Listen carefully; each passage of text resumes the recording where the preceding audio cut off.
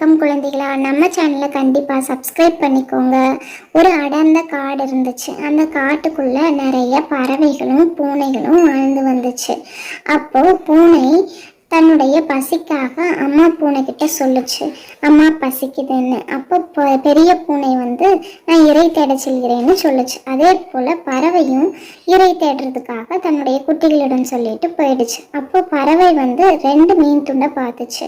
அதில் ஒரு மீன் துண்டை எடுத்துட்டு போச்சு. அப்போ வழியில் தவறுதலாக விட்டுருச்சு. அதை பூனை எடுத்துருச்சு. பூனை எடுத்துகிட்டு போய் தன்னுடைய குழந்தை பூனைக்கிட்ட அந்த மீன் துண்டை கொடுத்துருச்சு. அப்புறமா இறை தேட செல்கிறேன்ட்டு மறுபடியும் அந்த பெரிய பூனை போச்சு. வழியில் பறவையை சந்திக்குது.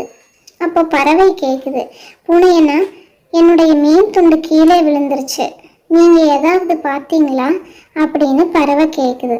அதுக்கு பூனை, ஐயையோ இவனோடது தானா அது அப்படின்னு மனசுக்குள்ளேயே நினச்சிட்டு பறவை கிட்ட சொல்லுது, ஒரு நிமிஷம் நில்லு அப்படின்னு. அப்போ பறவையும் அங்கேயே இருக்கு. அப்புறமா பூனை அந்த மீன் துண்டை போய் எடுத்துட்டு இதுவான்னு பாருன்னு காமிக்குது. அதுக்கு பறவை, ஆமாண்ணா இதுதான், நீங்களே எடுத்தீங்க அப்படிங்குது. பூனை அதுக்கு, இல்லை எனக்கு வழியில் கிடச்சது, நான் தான் எடுத்துகிட்டு போனேன், நீ வச்சுக்கோ, நான் என்னோட குழந்தை பூனைகளுக்கு வேறு ஏதாவது இறை தேடிக்கிறேன் அப்படின்னு பூனை பறவைகிட்ட சொல்லிகிட்ருக்கு. அப்போ பறவை, இல்லைண்ணா நீங்களே வச்சுக்கோங்க, நான் வேறு ஏதாவது தேடிக்கிறேன், உங்களோட நேர்மை எனக்கு ரொம்ப பிடிச்சிருக்கு அப்படின்னு பறவை சொல்லுச்சு.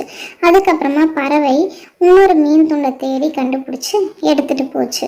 குட்டீஸ், இந்த கதையிலேருந்து நம்மளுக்கு என்ன தெரியுது?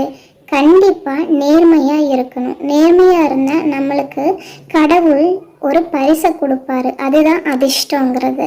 இதுதான் இந்த கதையோட மாரல். இந்த கதை உங்களுக்கு பிடிச்சிருந்தா லைக் பண்ணி, ஷேர் பண்ணி, சப்ஸ்கிரைப் பண்ணுங்கள். நம்ம சேனல் RBabishekbala.